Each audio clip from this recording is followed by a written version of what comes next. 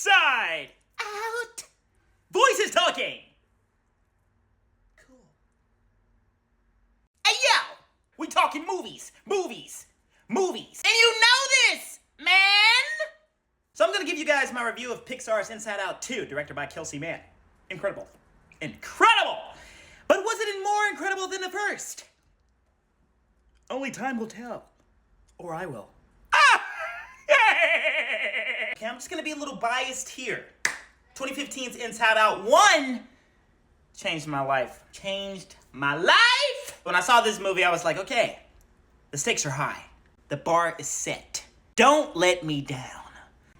Not gonna lie, they kinda did. I'm just gonna get straight to it, okay? This movie should have been called Inside Out 2 Anxiety Strikes, because that's all it was given.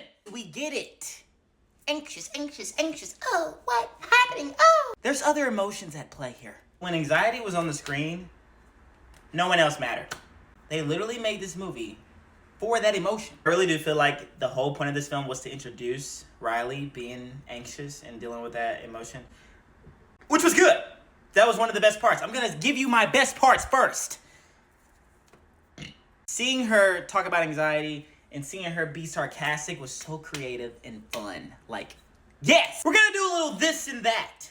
This or that. This and that. Whatever. We're gonna do a little of that, okay? Exploring the world of the mind and the lingo was so fascinating to me. About like where core memories were, seeing like, oh, that's going to long-term memory. So enamored by just the world building of the mind and what they did and like painted it. In this film, you kind of lost that exploration. It revisited the same sets that we saw in the first film, like with Imagination Land, long-term. Like, I wanted to see just more exploration. 2015, kids have grown up who watched it then. We got younger kids now watching it and like, all right, joy and sadness was just way more fascinating to watch in the first film. Like, seeing those two emotions contrast and kind of come together was way more compelling than just seeing all four emotions just like battle with each other. Disgust and anger and fear and joy. Too abrasive as opposed to just having two. Now, if they would have split them up and then have us see anger and fear flesh out, or see disgust and joy together, or fear and joy, like that would be better than just having them all together. We just gotta get all these core emotions out of here so we can deal with like the new emotions. First movie felt like they had something fresh and authentic. They knew they were sitting on something like, yeah, no one has done this like us before. This is about to be one of them ones. One of them ones you revisit. A hockey camp was super relatable and interesting.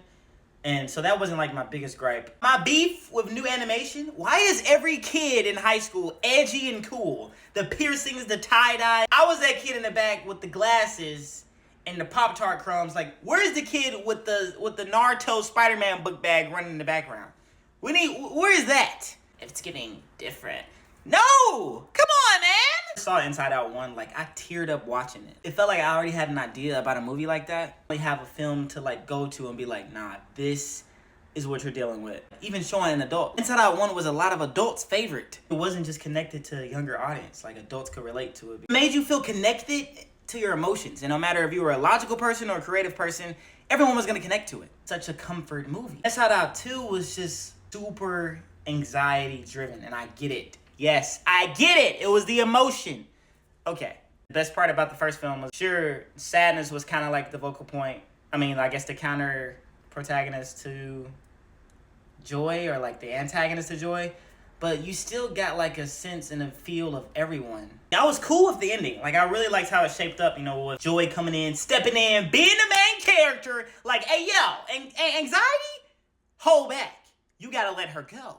When it showed like all of the emotions at the end on the control panel, it just felt cluttered all over again. Like, is the next movie, are we gonna get 4 new emotions? Like, what? I love the scene of them sleeping. It was maybe like a 2-minute scene of just showing the different beds and the different pods. Here had like a railing so he wouldn't fall off, and like, Inger was like sleeping on like a center block or whatever. They would have showed like all the emotions at the end in their own like pods, but still working together. Like, the anxiety thing was cold. I like how anxiety, like, she got her little tea, you know, she chilling, like, we need to mellow her out, get the little candle, get your candle. I really wanted to see the room expand, because it kind of just still felt like they were all just, like, literally all up in here with it. I'm gonna leave this movie feeling more anxious than calm. In the first film, it tells us how to deal with sadness, that like sometimes it's good to cry. Like, you need to cry to like get joy. Are you really interested to see the return is gonna be kids really receiving it like they really pushed for it, you know? Here's my rating. If you got a problem, deal with it. Smite me, almighty smiter!